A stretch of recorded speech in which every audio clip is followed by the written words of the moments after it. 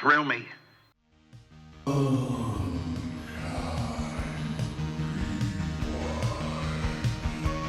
gonna name you Kodo.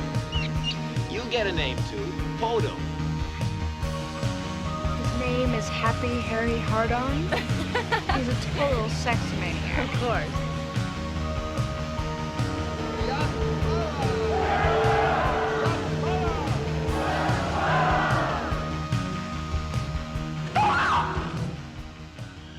Welcome, everybody, to another Q's and T's installment of the Unkind Rewind. This week, it's just going to be me, as Sean is in Japan. I am your host, Josh Dugan. Sean will be on the second part. This week, we're going to be joined by Stewart Parker in the pre-interview. Old friend. He's one of the 4 people we recorded a test episode of this with way back. So, this one's a blast, and his movie's a lot of fun. So, now, this is the first episode of the podcast that I've recorded since getting to go on Movie Night Extravaganza to talk all things Jackie Brown. If you didn't get a chance to watch while we were live, it's still up on YouTube and everywhere you get your podcast on. Forrest, Conan, and Christina were great hosts. I can't fathom putting as much work as I know has to go into the intros that Forrest does on a weekly basis, sometimes more than weekly basis, like Forrest does. It's crazy. But yeah, the intros are great. The whole show's great. But the intros are like, Jesus, so much work. Like so much work went into it. Now, make sure to check out Movie Night Extravaganza for the Jackie Brown app, and obviously any of the number of other good movies that they cover. And I hope, at least, that we'll be having Forrest and Christina on here in the near future. It's still very early in this third season, so some people aren't fully back in the swing of things. This is the part of the show where we will throw in some feedback, so keep it coming.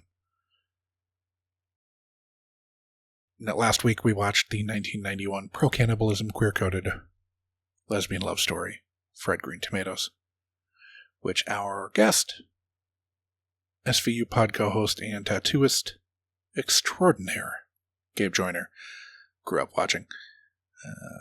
It seemed like everyone over at SVU Pod Elite Squad on Facebook was pretty jazzed about her appearance. On Blue Sky, after the Q's and T's installment announcing this third season's first film, Mobius 13 speculated, I have a feeling this is going to hit a lot different as an adult than it did when you were a kid. Still a great movie, and I probably watch it at least once or twice a year. Oh, and the novel makes Itchy and Ruth's relationship much more obvious, which was definitely something that was echoed over at SVU Pod Elite Squad. After listening to the main event, Mobius 13 was quick to point out. First things first, Jim Abbott had a birth defect, which is why he had one hand. Yeah, he was born without a right hand. So, yeah, that's what we get for not looking anything up on that. Then Mobius 13 added, watching it again, this is a love story seen through Ninny's eyes, but in 1991, unless you were gay, you just thought it was a female empowerment movie, and that was no accident. Hollywood has been speaking in code for decades. Yeah, and the code they've been speaking in came about largely because of the Hays Code, which was the code put in place in, 1934, to kind of self-govern what movies could say, essentially. So, yeah, there's a weird amount of, like, pretty, at least for the time, edgy stuff from 34 and earlier. That it makes for interesting historical viewing. And then, they have to start putting the kibosh on all that. And so queerness is then explored in code, and you'll see it a lot in like Hitchcock and Billy Wilder. But anyway, yep. Now, for our guest, Stewart, he's old friend from working in Austin, and then he was in Southern California. Well, I was in Southern California. I've drunk in, half a dozen cities with Stewart, at least? Yeah. And he produced and starred in a short that I directed and still have not edited. I suppose I should do that, huh? Get that edited. Yep. But as Stewart will later say, his services can be inquired about or procured at parkerarthandling.com or at his company's Instagram account, which is also at Parker Art Handling. Yeah, Stewart's awesome. Really pumped to have him join us officially, even though he has been on the... he did a test episode with us, so... and we'll talk about that a little bit too. But that will presumably eventually be released to the public via Patreon once we have that up and running.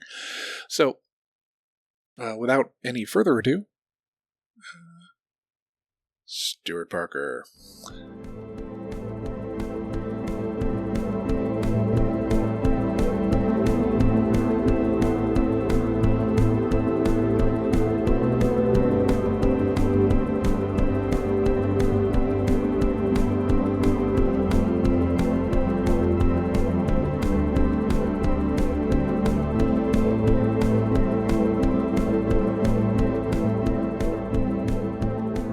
Welcome, everybody, to another Q's and T's installment of the Unkind Rewind. As always, joined by my co-host, Sean McGrath. How's Nueva York? Not on fire. Yes. Thankfully. For those, this is not an evergreen comment. No, right now. New York will eventually be on fire. The Bronx Yeah. burned at one point in the 70s. It sure did. It's only a matter of time before this city falls itself into ruin, but yeah, probably less likely an environmental thing and more just, right. I don't know, bombing from an enemy country, maybe Canada. We'll see. Yeah. Greenland's coming for us. Yep. The Danes. Those but Danes. Yeah, at the time that we're talking about this... Sorry, we're really going current events right now. It should not be. Yeah, LA is not doing so well right now. Yeah. The Sunset Fire evac zone got to be like about a mile from where I used to live. So. Whoa. Yeah. So we are joined this week, a friend of the pod, an old enough friend that we've actually recorded with him before. Whoa. It's just this is the first time we're doing that, right? Brian. Oh, Brian got it. Brian was one of the test episodes too. Okay. But we're joined by Stewart Parker. Stewart. Stewart, whatever you want to call me. Stewart. It's great to be back. Yes. Yeah. I mean, no one's heard that episode, but we did. So they will on Unkind Rewind Plus, right? Yes. Yeah. Yeah, the premium station. You can unlock the test episodes that we ran on the show, including one where Stewart sat down. And, we can talk about that movie, right? Yeah. You should. The box office smash. Big Man on Campus, which, if you've never heard of it, welcome to the party, because neither had we. Man, that a hunchback finds himself at the center of events at a Los Angeles college and hilarity ensues, more or less. Hunchback of Notre Dame meets PCU, right? In the 90s. Pretty much. Yeah. Yeah. No Jeremy Piven, but it'll do. Yeah. Really weird star instead. The guy who wrote the fucking movie. Who is like 50. Passion Project. So, Stewart, for the audience at home who may not know you, why don't you tell them a little bit about yourself? Sure. Well, I am a 40-year-old man who lives in Austin, Texas. It's cold and damp today. Just got hit by a cold front, but I run an art handling business in town called Parker Art Handling.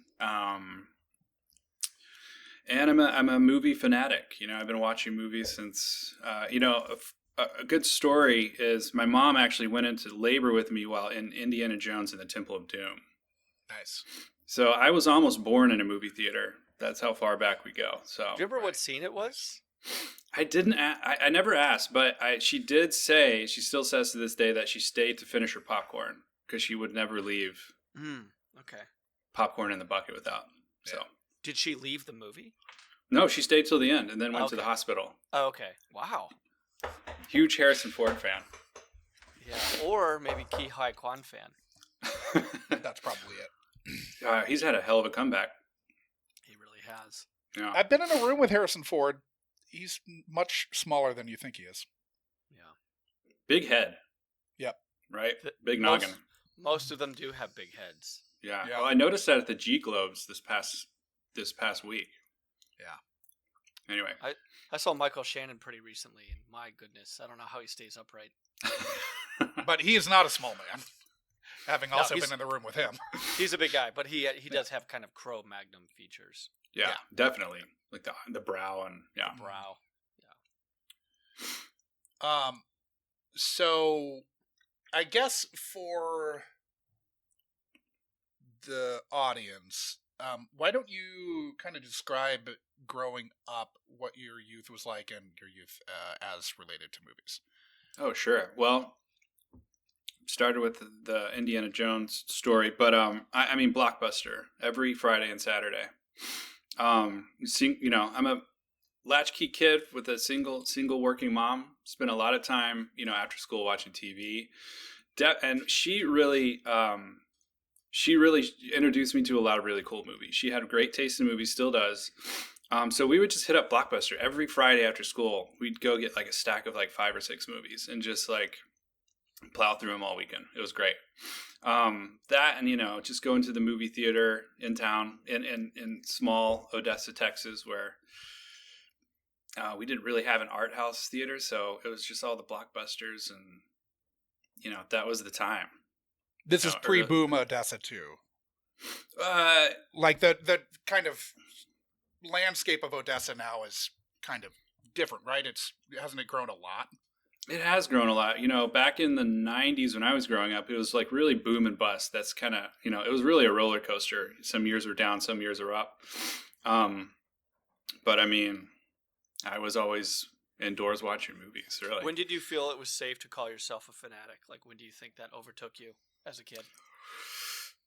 I think in high school when I started to like reference movies that none of my friends had ever seen, and they were like, "What the hell are you talking about?" I wrote like a column in the school newspaper, a movie review column, and I reviewed In the Bedroom, which was one of my favorite movies that year.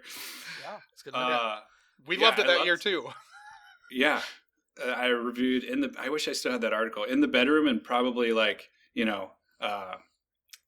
what's that? You Can teen Count movie? on Me. Gosh, what's that one teen movie with Seth Green? Can't Hardly Wait. Yeah.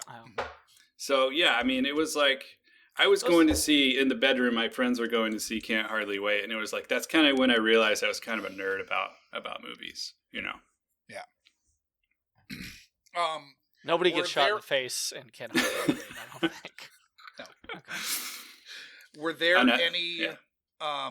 were there any like guardrails or sort of you can't watch this, you can't watch that? What sort of permissiveness did you experience as a kid watching movies? I mean, we had HBO. That was like back in the day. That was like it's on past 11. I mean that my grandparents had Skinamax, so that was like a gold mine. When I spent weekends over there. But no, I mean, like I said, my mom was really cool. She showed me Fargo, which is one of my favorite movies of all time. We watched Pi together when it came out. Okay. It's like we got into some. That's niche. When you hit the video store, was it more of a, hey, these are things that I've already seen that I think you should see, kind of edifying you, or was it like your mom was throwing the dice and taking gambles and risks on new stuff? Yeah, I mean, a little bit of both. When I was younger, before I could really have had a definitive taste for movies, I just loved them. So I would rent the same thing over and over and over again, like, Crocodile Dundee or like Adventures in Babysitting, Pee-wee's Big Adventure, that kind of stuff. I would watch them over and over again. Did you guys own movies in the home too, or was it mostly a rental thing? Yeah, I mean, I still have my VHS copy of Speed I got for my birthday. Nice. So yeah, we bought the bangers, and I watched those over and over again, for sure.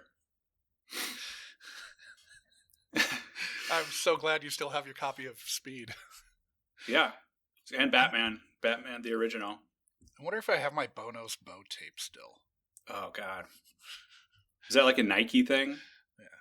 Yeah. Those are cool. VHS is going to come back. It's only a matter of time before physical media, especially VHS, comes back. I mean, cassettes came back, right, for a while. People this started to be kind of a ironic collectors thing. Cheaper to produce. Yeah, hipsters like to get their cassette collection back up, but I think VHS might be the same thing. Yeah, I don't know, Sean. Are you familiar with I Love Video here in Austin, Texas? I'm not. No, I had a pretty remarkable video store in Portland, Oregon for a long time. Oh, God. Movie Madness. It's still there. It's still there. I Love Video was like Austin's Movie Madness. Josh knows what I'm talking about. But it closed down a couple years ago, and I was able to snag one of their VHS shelves, and I have it in my house, and I'm very proud of it.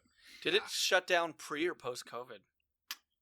Just before, I think. Yeah. 2018 or 19, maybe? Post 19, so maybe no. I think it was after. It was after because that really put a dent in business. I remember. Okay. Yeah. I wonder if was that like the last holdout? Was that the fucking Alamo down there, or does Vulcan still exist? Oh, Vulcan's gone. There's a reiteration of I Love called We Love Video. It's like a much smaller store over on North Loop in Central Austin. But it's just there's no VHS. It's mostly DVDs. Okay. Yeah. And laser discs. Still, I would, if that's how it has to be, I'm the sucker for a video store.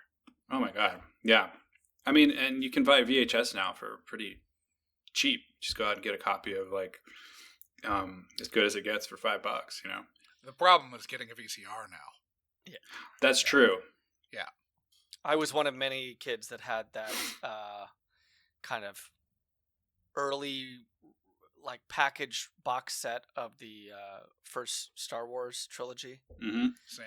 In the black, I think Vader was on one side, but it felt like everybody had the trilogy box set on VHS of Star Wars. Yeah.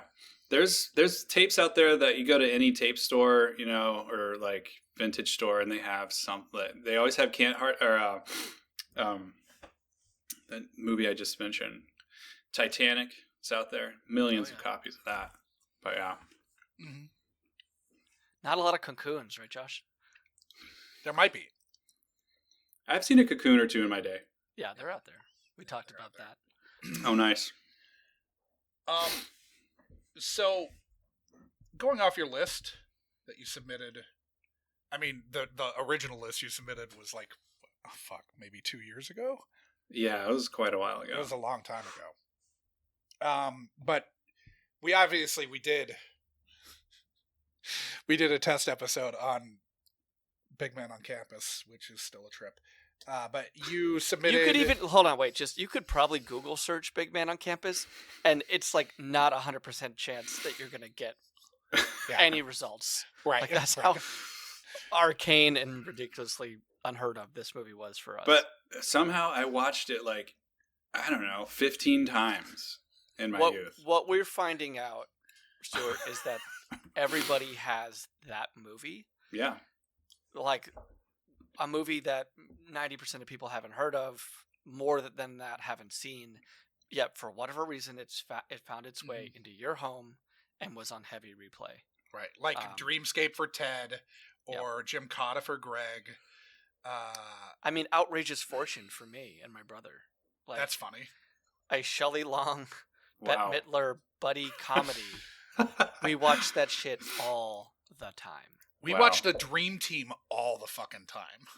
Yeah. That is so interesting, though. Why certain, why people in their youth gravitate towards certain weird movies. I mean, there's some research to be done there, guys. I think. Yeah, we're unpacking it. It's a long study. Yeah, we're well funded, but we have no rush to finish this. So from your list, you had Radio Flyer, Just One of the Guys, Kids, which Sean really doesn't want to do. Please no. I got a Vice story versa. about that one. Yeah. Vice Versa, Encino Man. Oh no, you just watched Encino Man. Yeah. So that's off. Battery's not included. I told you he's a big Ki Hai Kwan fan Yep. because he's in that. Leprechaun. That's the link. Yep. The Lady Link. and the Tramp. Fievel Goes West. House Guest and Blank Man. Yeah. Yep. Now, I know you were trying to put your finger on the scale with that picture that you sent me the other day of a Radio Flyer. Which I haven't seen it, but from my understanding, it's about child abuse, right? Yeah. They touch on that. Yeah. There's a reason it's at the top of my list, Josh. I think I watched that one out of that whole list probably the most. I watched it a lot too. Yeah, Never and saw I haven't seen it since I hit puberty. Right on. Probably. Well, sadly, we're not doing that, Stuart. Damn it! All right, I just watched it. We're going with Kids. No, just I quit. Just One of the Guys. Oh no shit! Yeah. We are Okay. going to be revisiting Oh my god! almost a Shakespearean tale here. I can't believe you guys haven't done this. We haven't done it yet. Oh my god! Okay, I'm honored. I'm honored. Yeah. Wow. Stuart, what? It is kind of shocking. It's come up a lot on the podcast. I'm sure. Let's just go right off your gut instinct here. What would you describe the basic plot of Just One of the Guys? All right, shooting from the hip. It's about a high school teenage girl who dresses like a guy, the titular guy, and just shenanigans ensue. I don't really remember why.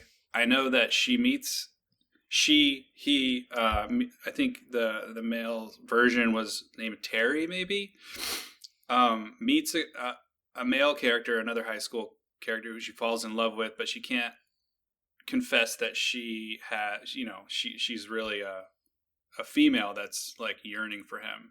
And I know that was like kind of the main love conflict of the film. And then she has a very horny little teenage brother who's always reading porn magazines and just thinking about sex. And I just remember a lot of boobs in the movie, and that's really what had me interested over and over again. A lot of nudity. Okay. Some of our listeners tuned out. Some of them leaned in. Well, I'm being honest. I was Oh yeah. 13-year-old kid watching HBO, and I was just And like, this movie was one of the heaviest on replay for HBO in the 90s. It was also one of the heaviest on replay before like 7 p.m. Before prime time. This was one of the handful of movies that you could get daytime nudity out of. yeah, it's a good Because point. this would play at like 3 in the afternoon when kids were getting home from school. Summertime. Yeah, exactly. We're gonna need a nice pithy phrase for daytime nudity, like noon boobs or something like that. Josh, do you have an association with just one of the guys? Yeah, of course. Okay. Yeah, I Yeah. saw it a lot. Yeah, I saw it plenty. Okay. I definitely any friend that I had, any friend of mine that had HBO, we watched just one of the guys. We'll have to get into why. At some point. In separate Can't- rooms, right? No. What about Josh Taggart? Do you want to ask him about his first time here? Mhm. I mean, Yeah. watching the movie. Watching the Yeah. movie.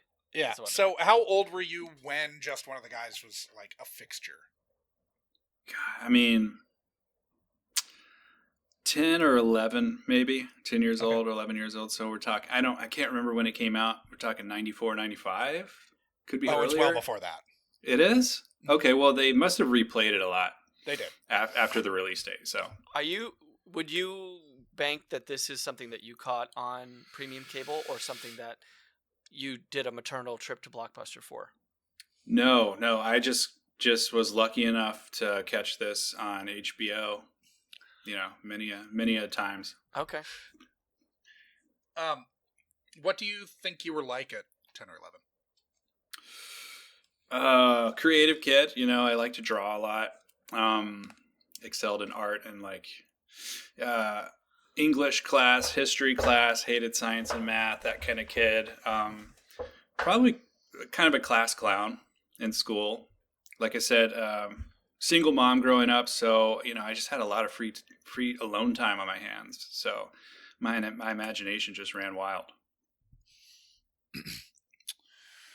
Have you seen this since you were sort of junior high age? No, not a So second. the last time you think you saw it was probably... He's seeing someone, Josh. He doesn't need to watch this. I finally saw boobs in real life, and then You were hooked. I left my old love behind. You Okay. brought the cardboard box of video cassette tapes to the woods.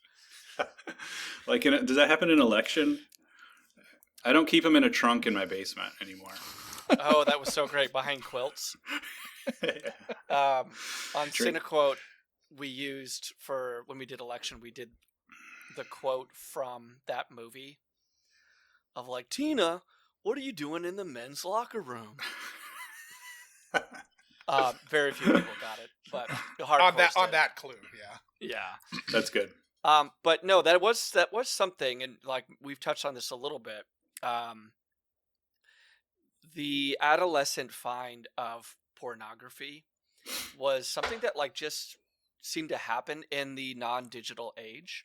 Mm. Was that these, presumably straight men would maybe be shamed into getting rid of their porn, or maybe they would realize they have a problem and need to kind of do a cold turkey, but they didn't have the heart to take Old Yeller behind the shed.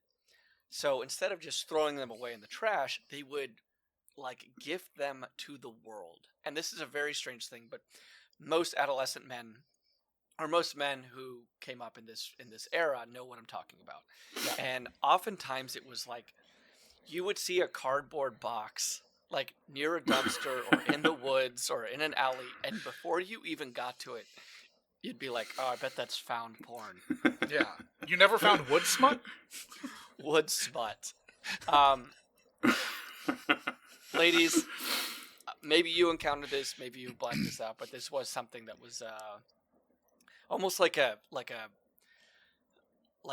forest sprite had left something for you. That it was evidence of magic.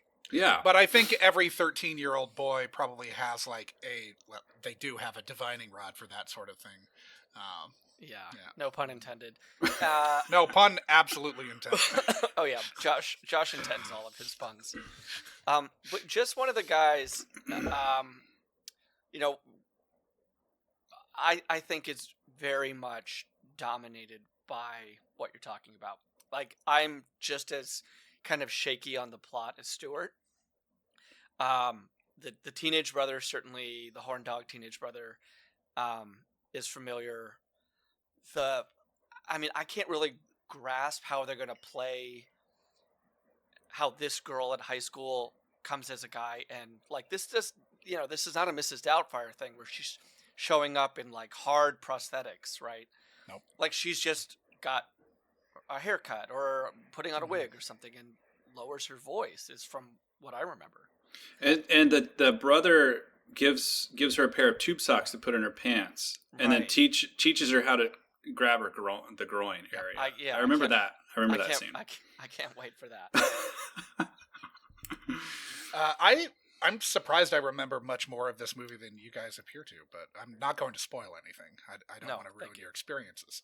I haven't seen it that recently, but When was it? I probably saw it with 2 weeks ago. I probably saw it with Chad in 2005, Oh, it's okay. I mean, that's like 20 years ago. Mhm. Okay, that's long enough. But that's probably the last time. But yeah, I remember it pretty well. So yeah, it must be 30 for me. Long time. Yeah. But those images are seared into my memory, into my brain. Just Sure. you and Chad auto-focusing. Just one of the guys. Yeah. We were. He was John Carpenter, and I was Bob Okay. Crane. Okay. Well, it is interesting that, like Josh brought this up, there are, in my memory, to the HBO or the Skinamax movie selection, there are tiers. And like, this is one of those movies that could play during the day, late afternoon. But it was like Bikini Car Wash too, which only played after midnight. And it was just a softcore pornography movie, right? But this is essentially like a sex comedy just produced for horny teenage boys. I imagine there were a lot of those, I guess, but it's like there are tiers. There's like the highbrow Basic Instincts, or like erotic thrillers. Then you have your just one of the guys, and then you got your Bikini Car Washes Yeah. And down here, there's- kind of. Yeah, and I would say like there's probably the art house stuff that falls like kind of ahead of the Basic Instinct, because the Basic Instinct and the thriller 90s stuff Yeah. like Jade. that, that's Jade. Yeah, there's some trashiness kind of inherent with a lot of that, but like the Merchant Ivory kind of nudity, Yeah. the nudity from Dongs like, flopping around the pond, and yeah. yeah, Uh-huh. like period piece nudity, I would say comes, that's kind of like your highest point, right? Like it doesn't have to be Henry and June. Yeah. But one of my first forays into this world was in the action adventure pick Excalibur. With Nigel Terry and Liam Neeson and all the other ones, had some very like brazen nudity in that one. But classy. Because it's from like the 11th century or something. So of course it's got to be classy. Right. American budget was pretty high on. I just prefer the trashy stuff, just the screwball comedy boobs, Well, and I don't think this is. It's been This a is while, not but that. I don't think this is like Porky's or anything. No, we even talked about in that test episode with Stewart. We talked about just kind of how much of a non sequitur it was to see nudity in that movie.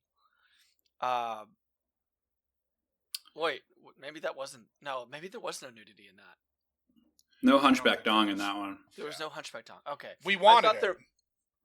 I thought there might have been something where like he busts in on a sorority and someone's changing, but that may have been. There was a panty raid, but it was just in lingerie. They were just Okay. like lingerie Yeah. clad. Okay, All- I'm probably all- yeah. conflating some Revenge of the Nerds stuff here.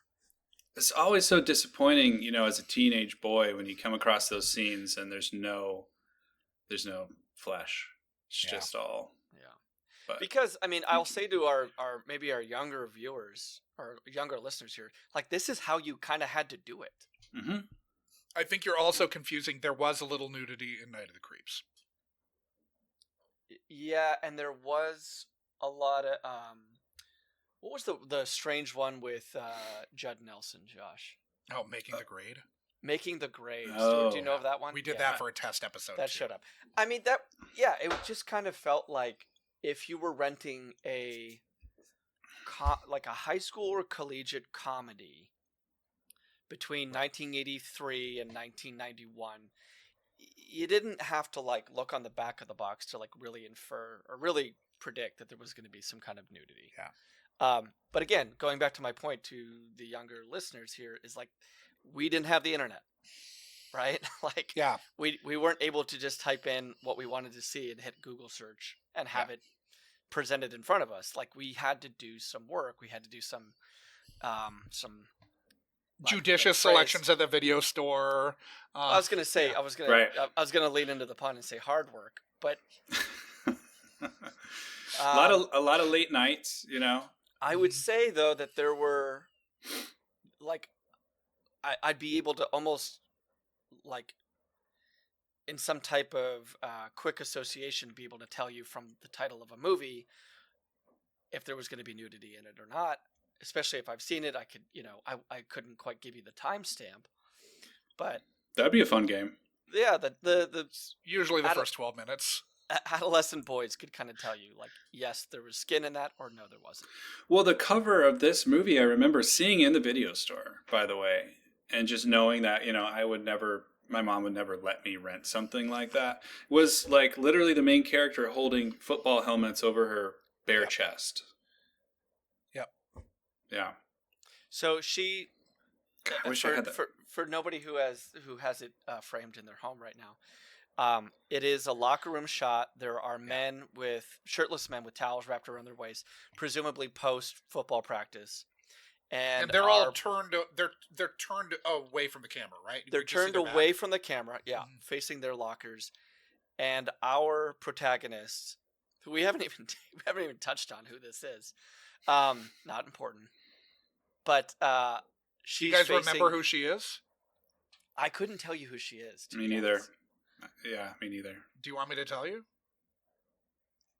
It'll really help. You'll totally know who she is once I say who she is. I think you're joking, but go ahead. Joyce Heiser. Oh, here's where Stewart and I both go. Oh. So, do you guys remember anyone from the movie? Oh man, I feel like I should know the brother. I feel like there's someone else who you should actually know. Is it a teacher? Oh. It's an adult? No. Oh, man. It's her love interest, isn't it? No, he was a one-hit wonder. Okay, Josh, who was in? Well, maybe we should save it. Should we save it? Let's save it. I mean, so Jesus Christ, I didn't even remember she was in. I'm just looking at the cast now. The little brother is someone we've seen before. Yeah, I mean, if I had to put,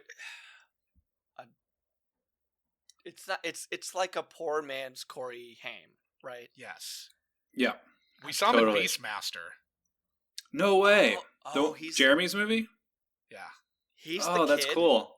He's the young Beastmaster. Billy Jane, yeah, young Beastmaster. Billy Jane is the younger brother. He's that also is insane. Can't Lose. That's great. So adolescent Beastmaster is played by Billy Jane. That's his name. Yes. Oh Jesus Christ. Okay. There's something else that he was in that I'm gonna know later on what he was in, but it was The movie kind of has. He was Billy Jacoby then. He's Billy Jacoby and then Billy Jane. Okay, weird. Him and her love interest, the high school boyfriend interest, also was like kind of that guy during that time. I'd maybe seen him in one or two more things, but then he kind of just dropped off the face of the planet. Yeah, I know. I can see his face. Yeah, I could see his face. I can especially see his face in the pivotal scene that we're all thinking of. Yeah, there's someone down the cast list who is very recognizable. All right, but I have a great story about that scene. Of which scene? Of the scene where all. Well, thinking about, we save it. Josh, why don't we just ask Stewart what does he most remember? Yeah, what do you most remember about the movie? Visually or just. Yeah. Well, I remember the little brother's bedroom was just like covered with porno mags and like nude women. Okay. So that scene stuck out to me. And then, of course, I think what we're all talking about is the big reveal when the main character reveals that she's a woman to this boyfriend guy who, by opening her jacket, her tuxedo, because they were at the prom, and showing her boobs. It's like full frontal boob shot. Yeah. It's the only way Great to really, scene. only way to really explain to somebody that you're. Yes. I mean, it's a beautiful scene. Funny story. So when my grandfather watched HBO like all the time. So, and we would go over there for like dinner, and my grandmother, one day, me and my mom went over there, and my grandmother and her were in the kitchen talking, preparing food or whatever. And I was sitting kind of just casually watching just one of the guys with my grandfather. I think this may have been the first time I saw it or knew of it. Nice. And the scene was playing, and we were both just like watching, and I'm like 9 or 10 years old, and then she just like shows her boobs, and he like fumbles the remote and is like trying to change the channel really quickly. Fantastic. Yeah, that memory is seared into my. Then I was like, I got to go home and watch this movie. I only saw the end. I bet there's a lot of other great shit here. Oh god, yeah. So what do you think it was about just one of the guys that appealed to young Stewart? Well, they had a great plot. The writing was terrific. No, just the boobs. I mean, it's just Which is like, this is probably the first movie in the Unkind Rewind that like has had a scene that's been. I mean, there's certainly been Beastmaster also, but yeah, Beastmaster's had some TNA that was kind of legendary, but I would say that like more people saw just one of the guys than Beastmaster, and we'll maybe have box. well, at least saw the cut with nudity, because so many people saw Beastmaster on TBS. Okay, fair yeah, point. yeah. But speaking of the little brother, he really sticks out in my mind because his character was really curious about sex and was a virgin, and so he was always asking his older sister about sex and talking about it. And I mean, it was kind of like that's my avatar for the movie, because I was of age to be really curious about that stuff too. And even though it was kind of schlocky and slapstick, I was like still kind of very in tune with that state of mind.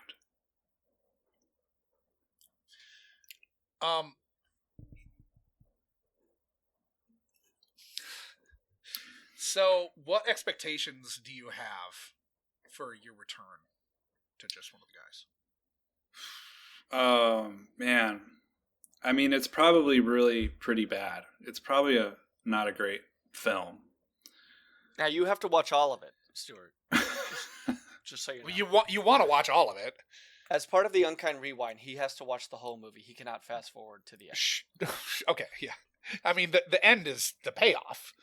You Right. definitely want to stick around to the end. If I rewind a couple times during the middle, you can rewind. Yeah, Just don't however skip. you want to do it, just try to watch the whole thing. Is there a pause limit on any certain scenes or No? Okay. Yeah, it's probably not a great movie. I mean, there's a reason why we haven't heard of any of these actors. I'm curious to know who the director is and like what else that they did. But there's probably some great shots of LA, and probably some jokes that might make me chuckle here and there. But it'll be interesting, after watching pornography for so many years now, how it's gonna play as like something that really was tantalizing to me then. You know what I mean? Yeah, how chaste this formative experience is going to seem in Yes. retrospect. Yeah, that'll be After interesting. having been thoroughly ruined by the internet. Yeah. You're joking a little bit, but I think, but I actually think it's a really fair point, and something that I'm interested to kind of talk about more, because it was, I remember a very important flash of nudity in the sequel to 48 Hours. I can't really tell you too much about that, but I know that like there's a scene there that like was paused and examined, and a curious adolescent Sean. It's when they burst into the apartment, right? Well, okay, or am I confusing? I might be confusing the first and the second one. Yeah, I definitely could be confusing the first and the second, but it's actually a scene where they have a motorcycle burst through the screen at a porn theater. Okay. Oh. And so you actually are only seeing what the trench coat wearing men in the theater are watching. Mm-hmm. And it's a split second, but boy, that second felt like 10 minutes sometimes. In another 48 hours, huh? It's either 48 or another 48. I think it's one another, of those because I've seen 48 Hours somewhat recently, and that doesn't ring a bell. It makes sense. It makes sense. Yeah. About when in the movie did that occur? By next week, I'll have the exact time code. So you don't think you'll like this? I mean, gosh, objectively, it not in the like, it takes you back in a nostalgia kind of way, but you like, objectively, you don't think you'll enjoy it? Who knows? I mean, maybe I'm surprised every once in a while going back to a film that I watched a lot when I was younger and just thinking it's going to stink, and something surprises me. So I'm holding out hope, but it's interesting to think about a movie, because, I didn't just watch movies with boobs in them, but sure. We did start with In the Bedroom, which is not, despite what it sounds like, not a sexy movie at all. We could throw that title into the game, like, that we made up. Yeah. Just to fool people. But yeah, I mean, to watch something over and over and over again for a reason other than just really appreciating what it is as a piece of art will be interesting to go back and watch. Yeah. I'm curious to see if the comedy still plays. Yes. I think beyond whether or not it's a good movie, if where they are intending there to be jokes. And Josh, what's the year on this? 86. 86. Wow. Yeah, sorry, 85. My bad. Okay. I mean, there's good comedy that came out of 85. Back to the Future Adventure is 85. Back to the Future is 85. Mm-hmm. That's beyond the scene we're all talking about. That's kind of what I'm really curious about, to see how well that comedy plays the writing today. Mm-hmm. That'll be interesting. And just after watching so many movies since then, because back then I didn't have any reference for what movie is this like, or what is the humor like in other, I wasn't looking for that kind of stuff. So with all that context, it'll be interesting. Yeah, it's like watching old episodes of The Simpsons that you only saw when you were 9 and got, 25 none of the jokes. Yeah, exactly. You got all the stuff that Bart was doing. That was about it. Yeah, Bartman. Yeah. Well, Stewart, where can our listeners find you? And where can the art community of Austin find you, should they need art handled? We can definitely handle your art. You can go to parkerarthandling.com. That's our website. We also have an Instagram. And pick up the phone, give us a call, send us an email. It's a new company, but I'm really excited about it, and finally putting my art degree to some sort of practical use. What would that mean? This counts, Stewart. What would that mean for somebody who's out there going well, I don't really know what that means. Art handling. They have a piece of work. They want it maybe sold. They want it maybe valued, or they want it shipped. Or installed, or hung in their house. Okay. We do a lot of jobs for people who don't want to run the risk of putting a million holes in the wall because they're not professionals at what we do. So we can do that kind of stuff. And just for instance, we're helping one of our clients ship a couple of 100-year-old lithographs over to London this week. So we can pack up that kind of stuff and ship it off for you safely as well. So framing kind of inherent in the business. We don't we don't do framing necessarily. We work with a lot of great frame shops in town. Framing is kind of another sector of the art world that has a whole other set of like expertise that I don't know. But if it comes to, you know, how do I hang this giant painting in my house safely, you can give us a call. Or how do I hang this beautiful gallery wall and have everything balanced and nice and straight, you can give us a call. That kind of stuff. What is the piece of art that you've handled that you were most afraid to handle? Well, excuse me. I'm eating peanuts. I say this as someone who has had to handle a de Kooning and a Basquiat. When was this? Terrified. We were resetting a house on a film set. Oh, yeah, I've done that before too. A location shoot, yeah. In LA? Mm-hmm. Okay. Yeah, I was up in the house might not be there anymore. I don't know. Jeez, I hope the Basquiat is. Off of Mulholland. Yeah, that's some blue chip stuff. I mean, we moved. We had a client who was moving houses, and one of his art pieces was a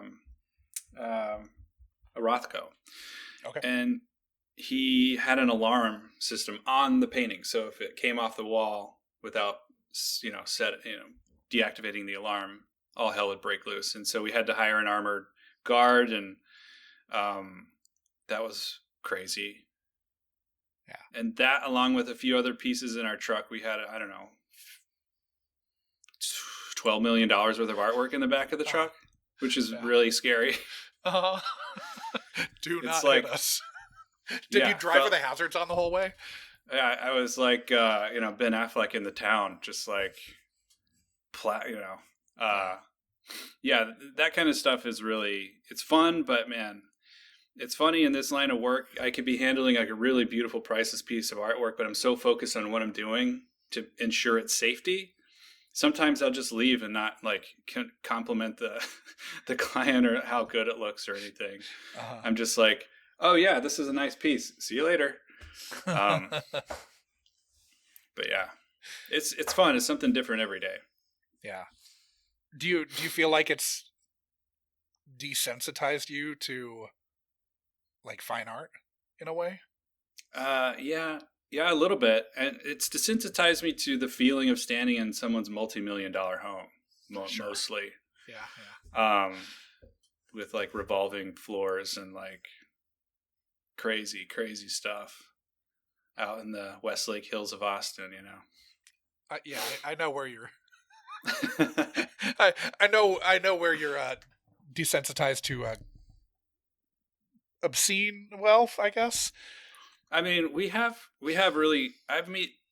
The other part of the job I love is just meeting all different kinds of people, and like all my clients are great and wonderful. There's,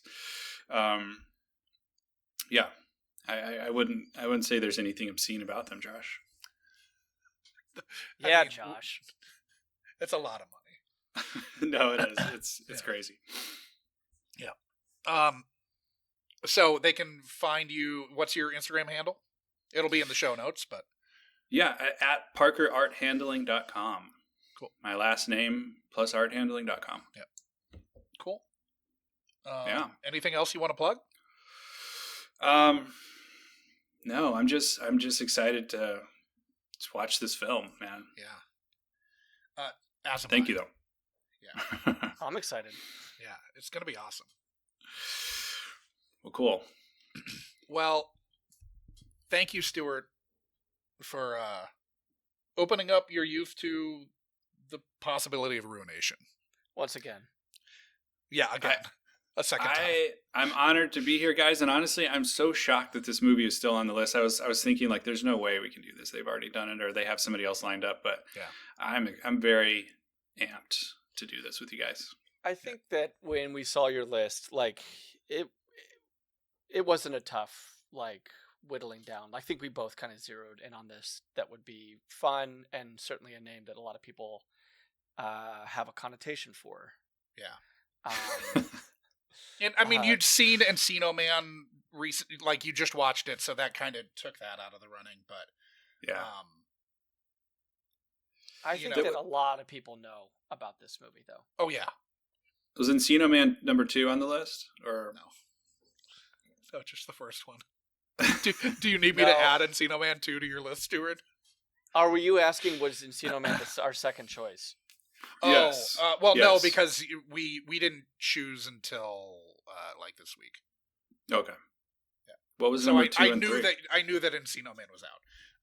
Batteries Not Included, I think, was number 2. Great one. We'd shortlisted Vice Versa and Probably Radio Flyer. I imagine that at some point we're going to have to look at Radio Right. Flyer. That one's a great one. But Sean, why were you scared of kids? he's never seen it. No. Oh. Yeah, I keep telling him I'm going to make him watch it for the podcast. Only because Josh is a fucking sadist. So, quick story about I stumbled upon that movie at like 2:00 in the morning on like premium cable one night, and just got like sucked into this movie, and I was really disturbed by it, but there was something really enthralling about it too. While I was like searching for softcore porn, and I mean, you kind of found it. kind of, but I'm a big, I was a big fan of Aronofsky's Requiem for a Dream. I know that there's some subjects in that are very close to kids, right? Like, it's not like the subject matter is something that, like, innately I distance myself from. Yeah. But, kids was just, at the time, it was so talked about and felt like it was being made almost in sort of this, let me see how far I can take things, let me see how I can shock you. Which I found a little, like, just pretentious. Yeah. Fair. Totally fair. I'd never seen anything like that, when I was that age, probably 12 years old or something. So, but yeah, I mean, I can totally see that standpoint. Yeah, it's a gateway into that outre, teen exploitation art house fare. I mean, I'd rather just go back and watch Harmony Korine's David Letterman appearances anyway. So I was just watching those not long ago. Classic. They're very weird. Yeah. Anyway. Yeah. Thank you, Stewart, so much for joining Thanks, us. guys. Really. When next we talk, we'll have seen a couple things. Oh yeah. Thanks, everybody. Until then. Thanks. That was another installment of the Unkind Rewind, mining our childhood for content, one film from a guest's past at a time. Unkind Rewind is a Munchcasts production and can be listened to wherever you download your podcasts and watched on the Unkind Rewind YouTube channel. Music for this and every other episode of Unkind Rewind was composed by Divorcio Suave. Rate, review, like, and subscribe to Unkind Rewind on Apple Podcasts, YouTube, Spotify, and Good Pods. Links to all of our social media accounts are in our show notes, but you'll find us as at Unkind Rewind Pod on Letterboxd and nearly every social media platform, all of which can be found at our website, unkindrewind.com. If you have a question, concern, complaint, or feedback, you can email the podcast at unkindrewindpod@gmail.com or call into our call-in line, area code 507-479-6440, and leave a message that can be played on air. Fans should join the Munchcast Discord to discuss this or any other episode of the Unkind Rewind with like-minded people. This dialogue may just make it into a future episode of the pod. The Unkind Rewind Patreon will be coming soon, so start squirreling that pocket change away. Thank you for listening to the Unkind Rewind.